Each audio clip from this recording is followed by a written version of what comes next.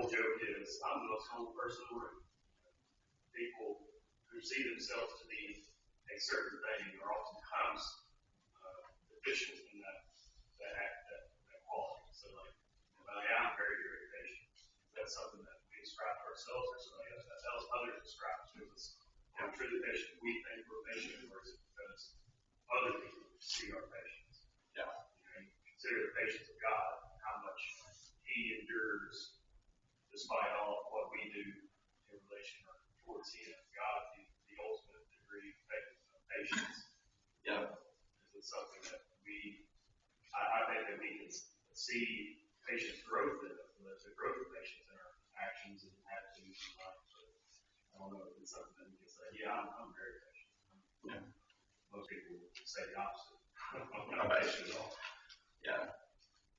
Yeah, I think it's the same thing for us. When we put our own thoughts of what people should be on other people, especially in the church, we should be enduring and working through things with them, not arguing and fighting. And I think I've had a difficult time with this, like I feel like I know the Bible, so I'm going to tell you what I think. And if you don't like it, I don't care. What the Bible says, you're wrong. Okay, but I think too that we have to be careful how patience is utilized. Patience is something that when things are done towards us that are going to cause us, in our response, He calls us to sin. Yeah. Things that go towards Him that could cause Him to sin if we turn in the wrong way. When it comes to the church, the gospel, and standing for the truth, when things are done against God's will, that we want to apply ourselves, and need to understand that it's not us, it's Christ that we're going to, that we have the responsibility to not stand for those things and take action on those things. So, people say that we're not very patient. Well, I have an obligation to stand for God's word and truth. So, when you teach error, I have to address that immediately. I can't say, I'm patient, I'm going to let him say what he will say, and let him say what he will say, here's the third, fourth, fifth time, now I'm saying the truth. Well, no, that's cowardice. That's not patience. We have patience is actions done to us. If I'm persecuted for my beliefs, I need to be patient. If someone takes care of us, I have to take action. And I think we could say the same thing about meekness. Meekness sometimes is like timidness. We talked about previously, and meekness is not being timid about what you know. I heard it explained this way recently, that meekness is knowing, is like a soldier knowing how to fight, knowing everything about it, being the best at it, and knowing how not to unsheathe your sword or pull out your weapon and start fighting immediately. It's about knowing when to fight and how to fight evil, but also being secure in that you understand the Bible, you understand the Word, and that you're willing to fight for the Word, and you're willing to fight for what's right, and being able to serve in kindness, because you can stand up to something if you need to. So I thought that was an interesting way to look at it. So then, anybody have anything else on that? God is so patient with us. He gives us so many opportunities to get it right, to fix it. We deserve oftentimes His mercy because we keep showing, trying to stay with our pride. We can't display that with other people, and I know that when people leave church, there's oftentimes two reactions. Well, that's on me. Yeah. Or being patient, and maybe sometimes too much patience, but you have to stand up to the situation. but I don't think that we go after them like we should. No. And patiently try to bring them back. Because we put all the blame on their choice. Yeah. We have a responsibility too. God gives us time. I think you're right. I think we struggle with that.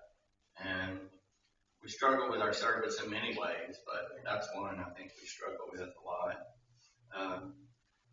And I think it's a challenge for us to try to overcome, our patience. Before we see their struggle with their Christian life. I think we ignore it or we keep it. And I'm not saying we have that heart, but I'm saying that it is a personal responsibility. If that person, that's right, continues to work in the church and continues to strive to worship. But we just sort of let it become their fault. Yeah. Yeah, I think one point to make here is that, and especially in this case of Job, God knew the heart of Job. So let's say he didn't say, in all Job sinned not, nor charge God foolishly. If he didn't say that, then you could take that verse previous to it and say, oh, well, Job thinks that God took away, all of his stuff, all of his children. So, but God's letting us know, and we are not God either, in that God's patience is different than ours. He knows our minds and hearts. Even Satan, we're going to get into this.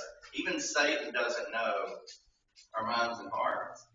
He thought he knew Job. He was certain that if he takes all that stuff away, that Job's just going to fall right away. So God's the only one that knows people's hearts. So he also understands, that people can change, and he understands how they change and why. And especially each individual, why they change or whether they won't change. So I think we have to remember that too, that our definition of patience or our definition of mercy is not exactly the same as God's definition of mercy, because we don't know how we don't see people's hearts. We don't understand his understanding. So Satan didn't even understand Christ. Yeah. He tried to tempt him. Thought that the worldly things of Christ being the king or what they were bowing down would get him. it's interesting to me too. You think angels must know, or celestial beings, all celestial beings know God, who he is, everything in his mind. They know what he knows, but that's not who they are. They're just beings that are created by God to serve a purpose, and they know what he allowed them to know. They are allowed to do what he allowed them to do, just like he allows us to do certain things on earth. Like, just because you want to, you can't flap your arms and fly. Okay? Maybe you want to commit sin some way doing that. Rob a bank that way, rob a bank and then fly away. Just because you want to doesn't mean you can. God put limits on you. God put limits on Satan, and we saw that in the first set of circumstances. We're going to see that again here. Jeremy, what was the most important possession that Job had? Well, His patience, his soul. Well, his soul, but in that particular passage of scripture right there, then he says, in all things he maintained his what?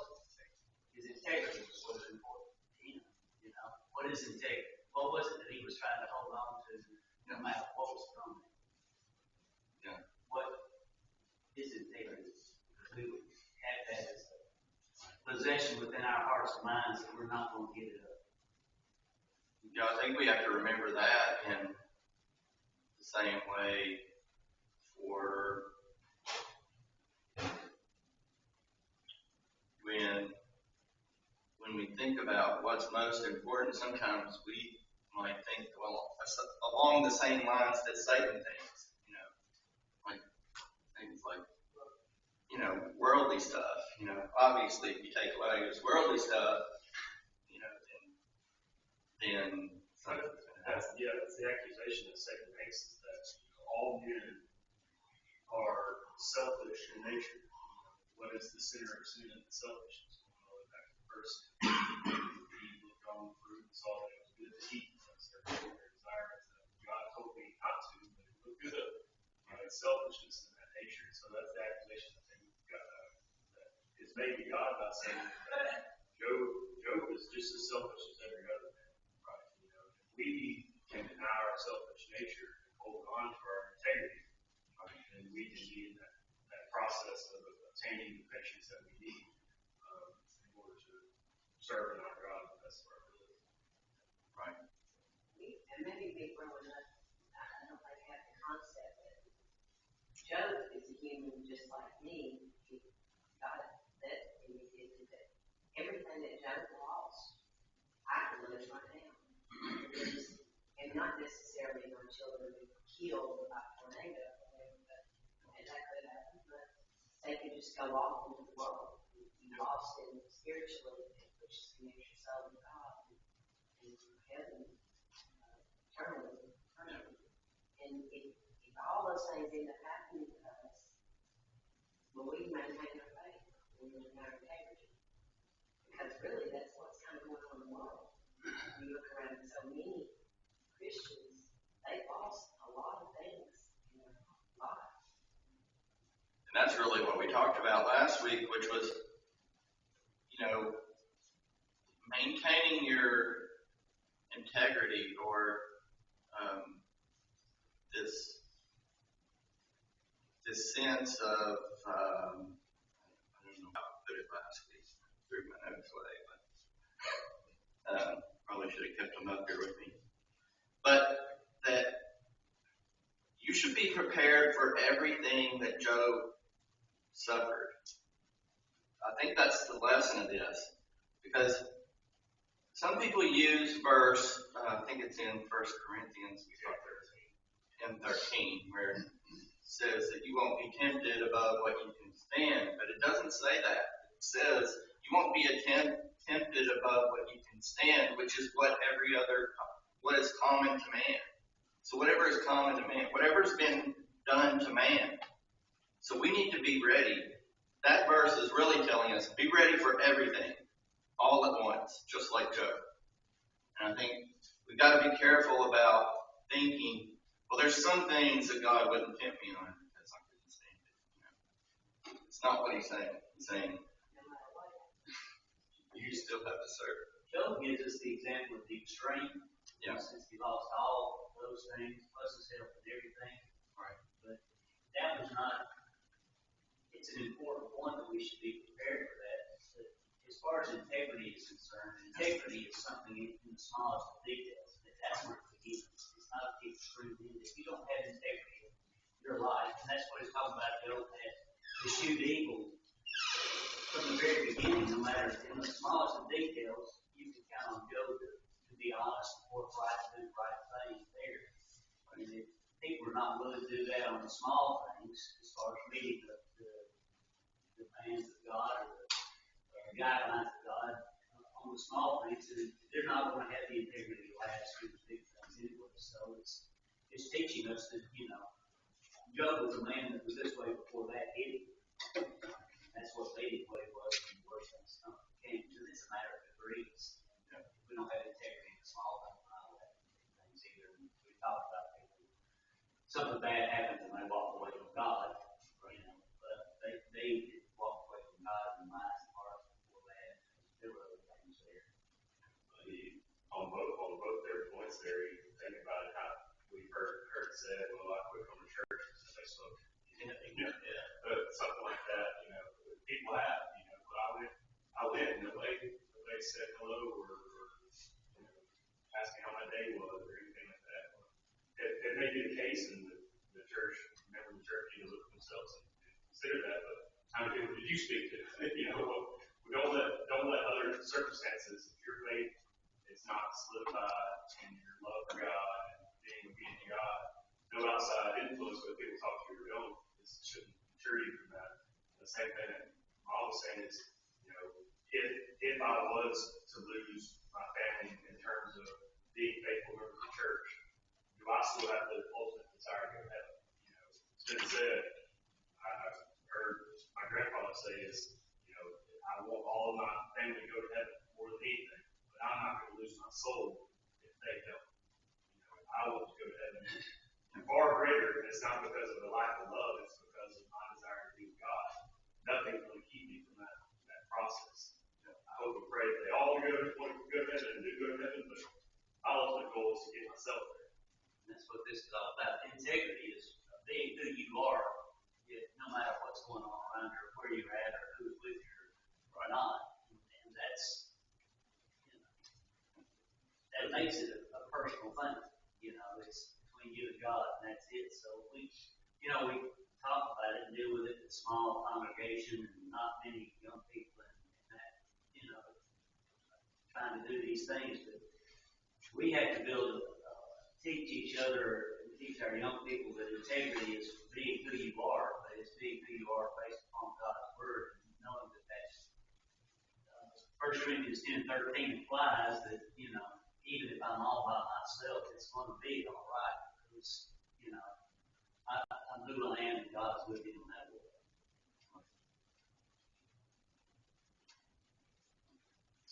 Yeah, so let's look at something else God says here. He says, although thou movest me against him.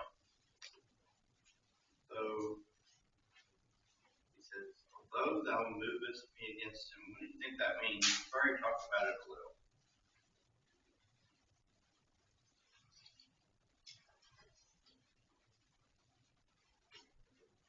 So what now?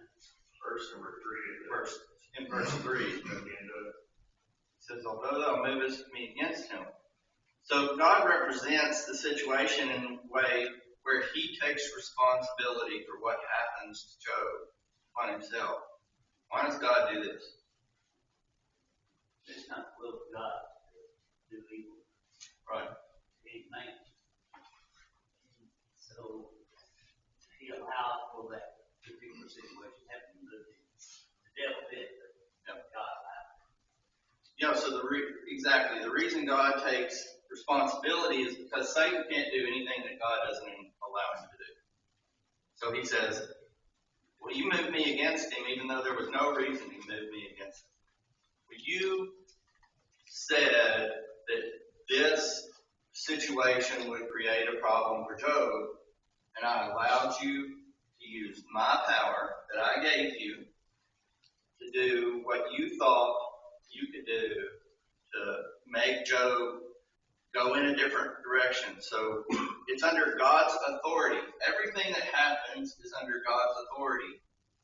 So that's why Satan's coming to God. That's why God's taking, he's taking the responsibility in that he was the one who allowed it. If God hadn't allowed it, it couldn't have been done. It's kind of like saying persuaded. Yeah. God is to be moved to do certain things. When he destroyed the world, God intended that he created the earth in terms of he didn't sin, it just he was regretted, and that might not even be the right word either, that he created the world because of sin. The same is said when the king in Israel, when he was going to die, and he prayed to God, and God, was moved, persuaded to grant him 15 more years of life. When King Hezekiah. So, God can be persuaded by our actions in terms of our prayer and humility and things, and we can also be persuaded the other way in terms of us living a life against his will. And I think it has something to do with the same thing that for you and I, God allowed us to sin. He doesn't make us sin. But he gave us the ability, as long as we do it like we talked about within his laws of nature, within the law. He gave us the law. We know what righteousness is. We know what sin is. We can choose to sin. That sin is, in a way,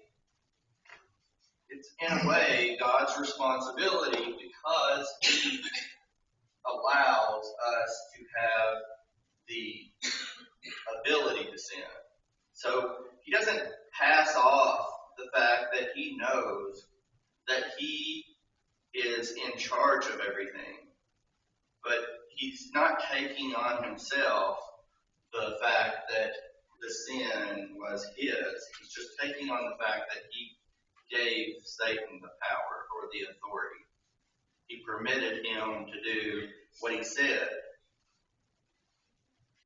So then Job ends by God saying that, or this verse ends by God saying that He moved against Job without cause. And then He says, although thou movest me against him to destroy him without cause. So what do you think that means? He moved him against him to destroy him without cause. What verse is that? I'm still in What proof verse 3. does Satan have? What evidence does Satan have that Job would act as he predicts? Right. If you take away everything that Job has, he's going to curse you, God. What evidence did he have? Yep. That's part of it.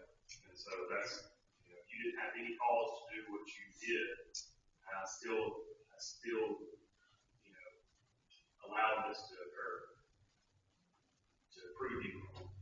He's also asserting, I think, that Job, there wasn't something that Job did that made this necessary.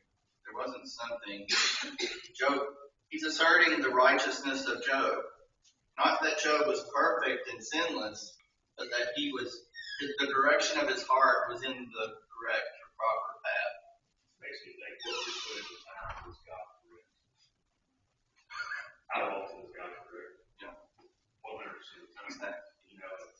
In this whole dialogue between him and Satan, God knew what the outcome would be. Yeah. And Satan still in his pride. Satan thinks that he knows everything.